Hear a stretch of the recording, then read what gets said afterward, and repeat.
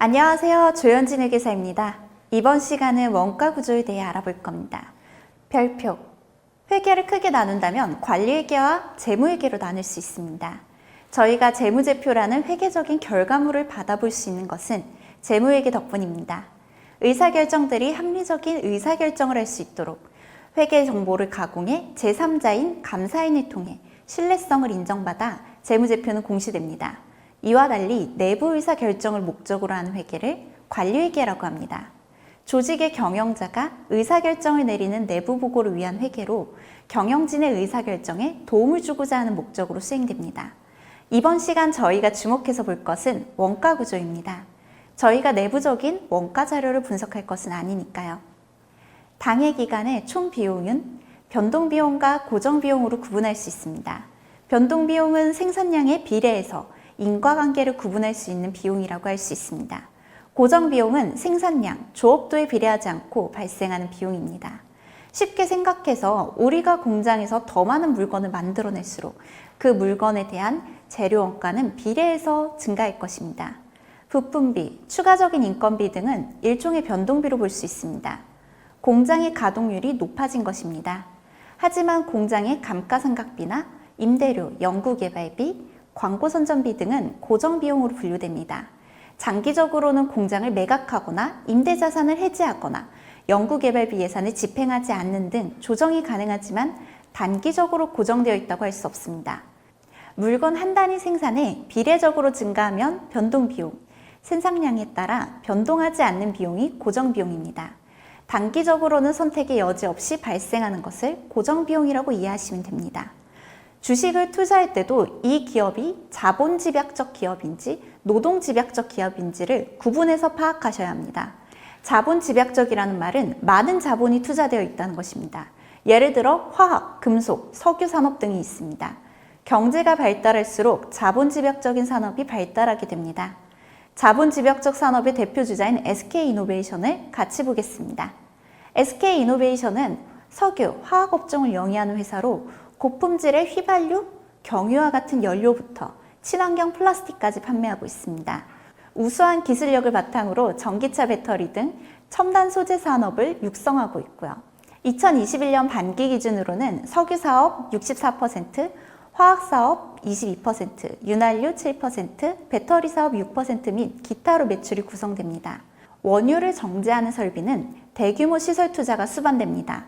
이런 석유 사업들이 대부분 국가나 해외 기업을 끼고 있는 이유입니다.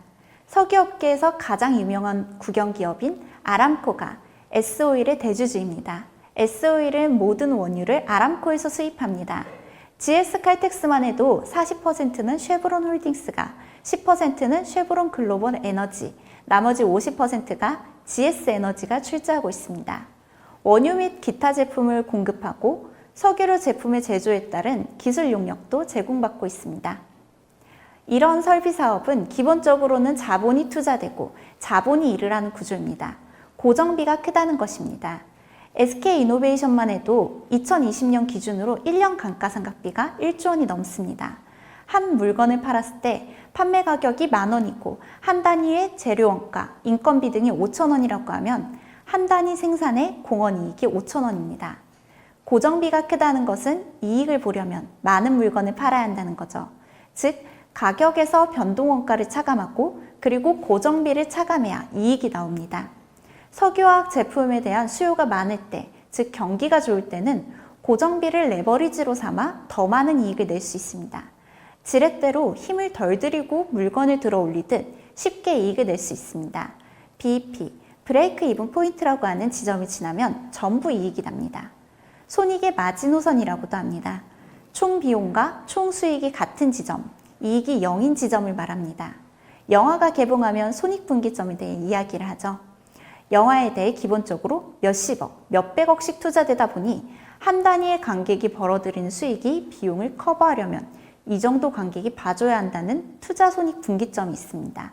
예를 들어 SF 영화라서 CG 효과에 어마어마한 돈을 들인 영화라면 손익분기점이 높습니다. CG를 어마어마하게 투입한 것이 바로 이런 자본집약적 산업입니다. SK이노베이션 2018년 매출이 54조 2천억 원에 영업이익이 2조 1천억 원이었고 2019년 매출액은 49조에 영업이익이 1조였습니다. 매출이 약 9% 감소하는 동안 영업이익은 47% 감소했습니다. 그리고 2020년에는 코비드19의 영향으로 인해 매출액이 31% 감소했고 이로 인해 영업이익은 331%나 감소했습니다.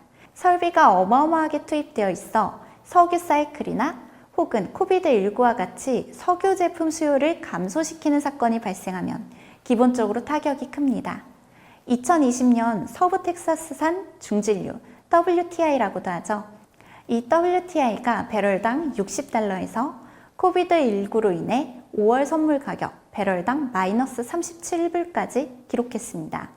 유가가 원재료라 유가가 낮아지면 석유화학 회사에 유리하다고 생각하기 쉽지만 그렇진 않습니다. 보통 배로 운반되기 때문에 2, 3개월 전에 비싸게 산 원유가 입고되는 것입니다. 현재 파는 가격은 보통 스프레드라고 일종의 프리미엄을 붙여서 팔기 때문에 현재 가격 기준으로 팔게 되는 거죠. 이미 비싸게 샀던 물량이 배로 오거나 창고에 쌓여 있으면 재고자산 평가 손실 이슈가 있습니다.